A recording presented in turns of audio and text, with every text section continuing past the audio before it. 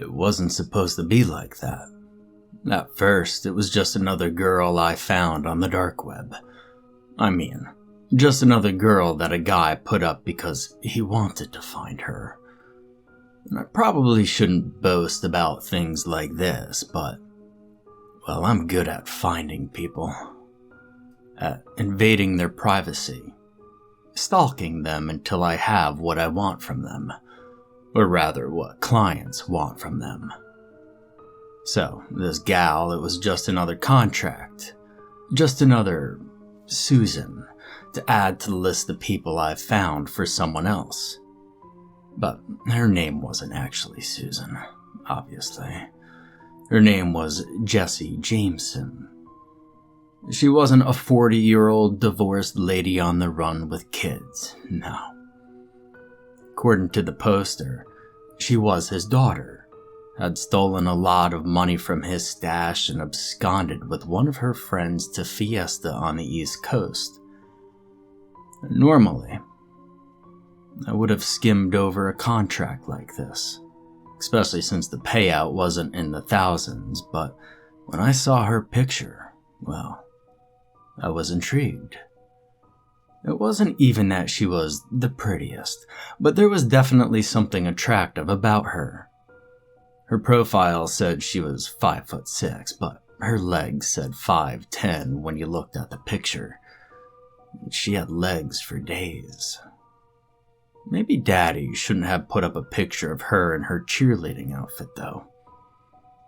You might get some creeps interested in doing more than just finding her for him, especially since the payout was, well, below average. And sure, it shouldn't be very hard to find a 22-year-old party girl in Miami, but with a risky job like this, people like me actually expect to get paid decently. If Daddy could put up work on the dark web, Daddy certainly had the means to pay. I'd have to work fast, though, even if there might not be a lot of competitors for such a small job. If I'm not the first, I'm going to lose my time and money searching for someone who might have already been found.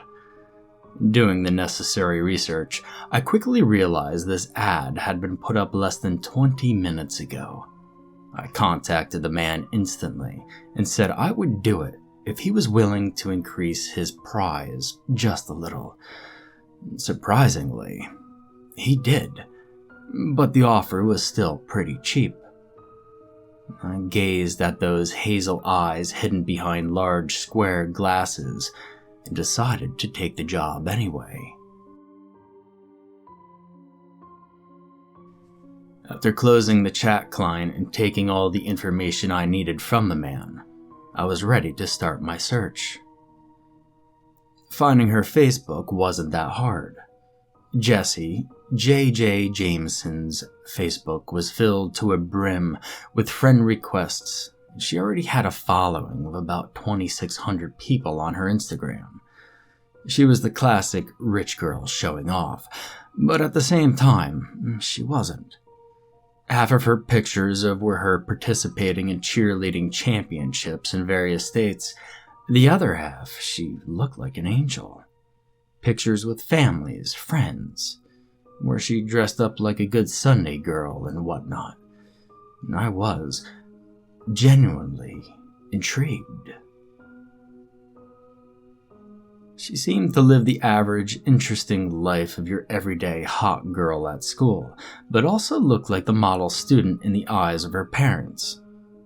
Hacking into her Facebook was a joke. Her password was the name of her crush, which she'd taken 100 pictures with. She even had a rather naughty hidden album on Facebook of the two, where not a lot of clothes were involved.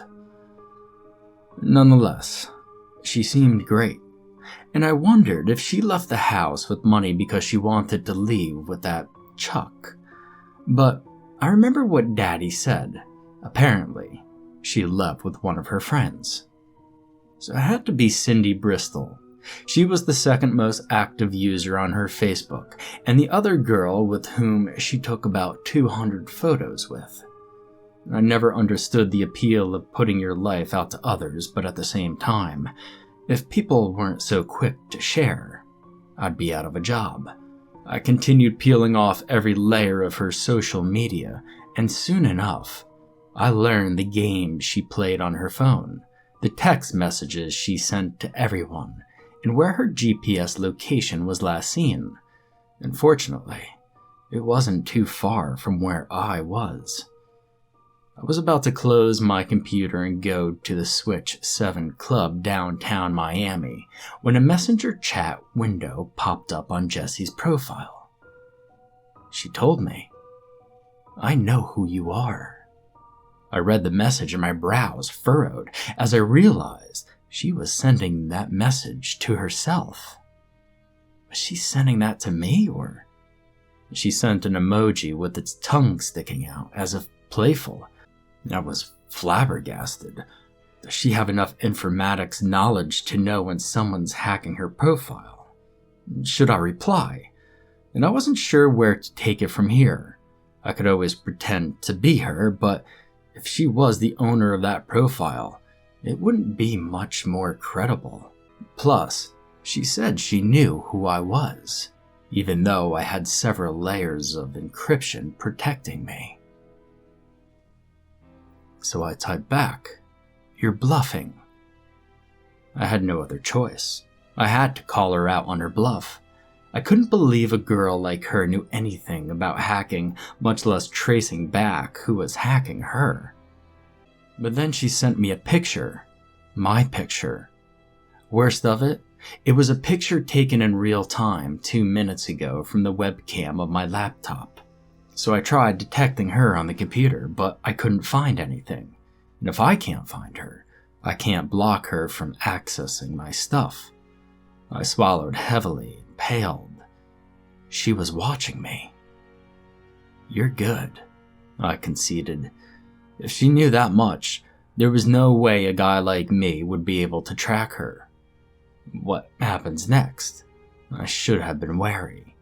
I shouldn't have ignored the thousands of raised red flags when she talked again. But she opened her camera, showing herself to me. Her smile was as bright as the sun, and the edge of her cheekbones was tinted pink slightly. She called me handsome, asked if I was a hacker.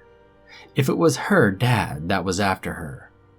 Privacy and utmost secrecy is the key word when doing illegal transactions and work on the dark web. And I couldn't reveal that much. Then she said I didn't have to. She'd already seen his ad, already saw who replied to it. She added that she even waited for me to track her. My heart tightened. Believe me when I say this is the most exciting and frightening experience I had gone through in my entire life. I didn't know whether to be aroused or scared or even both. Scare-roused, sometimes they say on the internet. It was exactly how I felt, and I was still speechless as she kept talking, explaining that she couldn't believe someone picked up her dad's ad at this low, unreasonable price. And she went on saying she completed a few contracts on the website herself, and that she never touched anything below a certain amount. Which, I respect because, well, I usually do the same. Usually. And she asked me if I thought she was hot. What was I supposed to answer to that? My fingers danced around the keyboard and I felt my face heat up, but I couldn't decide on how to answer. I think I replied something along the line of, "You look interesting," and sounded like an easy contract, because I couldn't believe she was coming on to me. I'm not an ugly guy, mind you, but I'm still a 25-year-old recluse that lives in a basement apartment. I might not live with my parents, but the sun might not have seen my face a lot in the past few months. I only go out wherever I really need to, and I live on food delivery 99% of the time. Since I work from home, I barely ever have to leave the comfort of my room. She mocked me for being shy, saying that I was willing to stalk her, but not to talk to her. And her smile fell off a little, and she seemed genuinely disappointed. I felt my heart tighten again, this time feeling guilty that I wasn't up to her standards. I think she was about to say goodbye when I finally typed something back. I wanted to kidnap you and ransom you off to your dad because the payout was too cheap, and somehow, I'm sure he could handle a greater sum. Now, I don't know why I said that. Did I even want to kidnap her? Well, the idea was probably there in the back of my mind, but I hadn't fully considered it yet. I was mostly intrigued by her more than anything.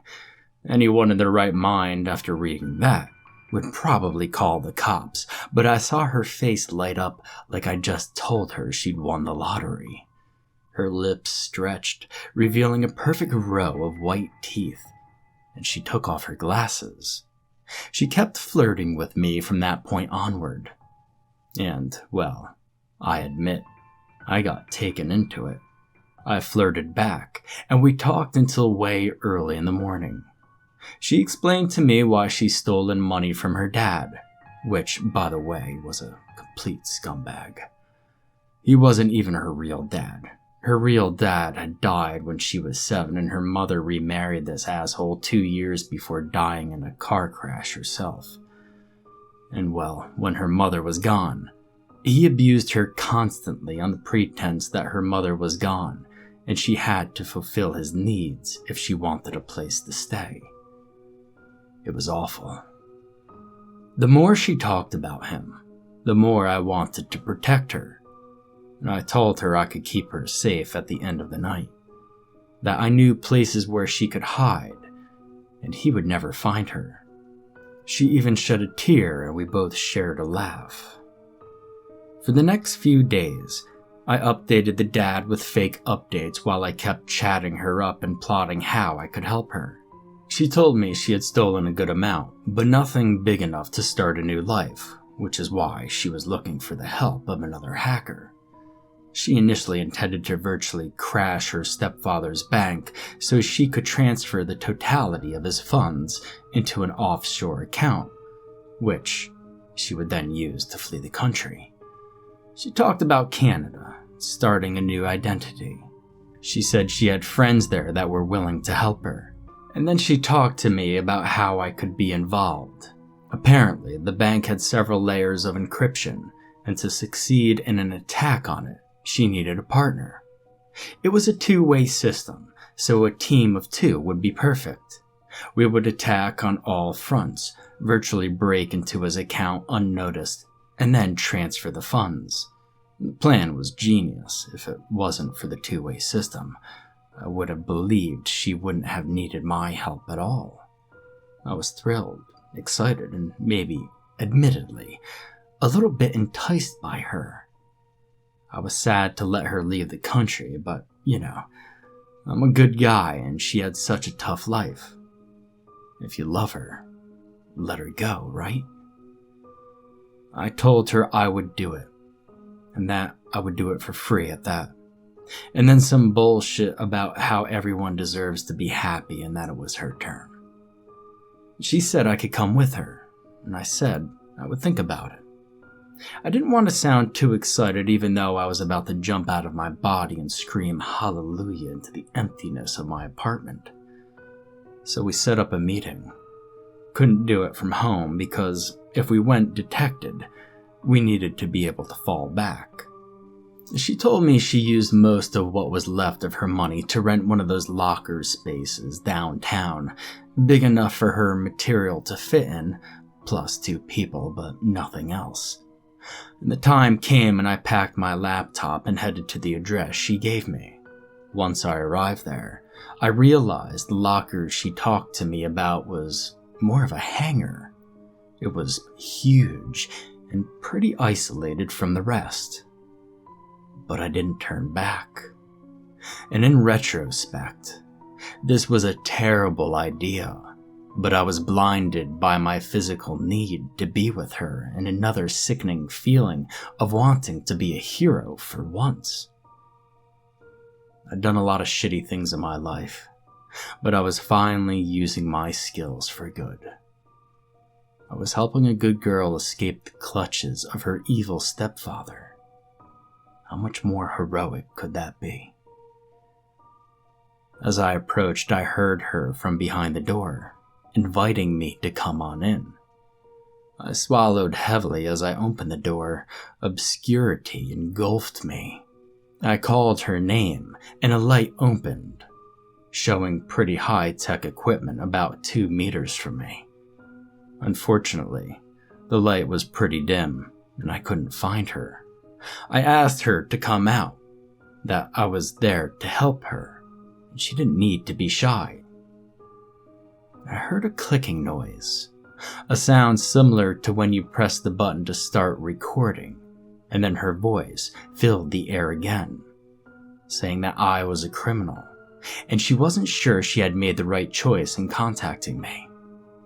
My cheeks darkened in shame, and I moved toward the equipment. I dropped my laptop on the desk, and I sat down on the chair, promising her that I had no intentions to harm her, and that I really was only here to help. That, if she was ready, we could start our operation. She asked if I was sure, and I nodded quietly, my eyes moving left and right to try and find her. And then, something cold gripped my shoulder, and when I looked up, it wasn't her. It was something out of this world, with long, finger-like claws that went down to my abdomen from my shoulders. I could feel the blade under its fingers slicing through my clothes, and I felt my own blood soak my shirt before it was torn off me. Jessie's voice filled the air again, telling me that she was so happy I accepted to help her, that now she wouldn't have to fear anything anymore. I opened my mouth to scream as that eyeless monster pierced my stomach with its claws. But as soon as my mouth was open, it was stuffed with wires. I don't even know how many, but I saw the beast glow a light blue, which became more and more intense by the second. I struggled, of course, but I could feel the wire descending down my stomach, lungs, and every vein I have, and it felt as though it hooked onto my organs. The more that creature's glow became stronger, the more light filled the hangar. Lining the wall was a bunch of bodies in various states of decay, with perfectly circular holes burnt through their skin, along their sides, their ribs, and down the length of their torsos. Men and women of all ages. My energy was depleting, and soon enough, I couldn't fight anymore. Jessie told me how good I was to her, and that because of me, she would be able to live a lot longer. A lot longer. I woke up several hours later, but my eyes refused to open. It felt like they had been removed, and something else than my eyes was dangling off of my sockets. I heard the keyboard clinking and heard my own voice, but not out of my mouth. "Do you think I'm hot?" I heard my voice, but saw the words in my head as I typed them. I was sitting at the computer, controlled. I tried to fight back. I tried very hard, but without the control over my own body, I couldn't do anything. Eventually, all creatures need rest, monsters and humans alike. I turned off the computer once it was satisfied with their next victim's answers and sat back in the dark. I was still sitting at the computer, wired from head to toe. And so, I used all of what was left of my energy and opened this chat client I saw. Please help me. I'm really scared.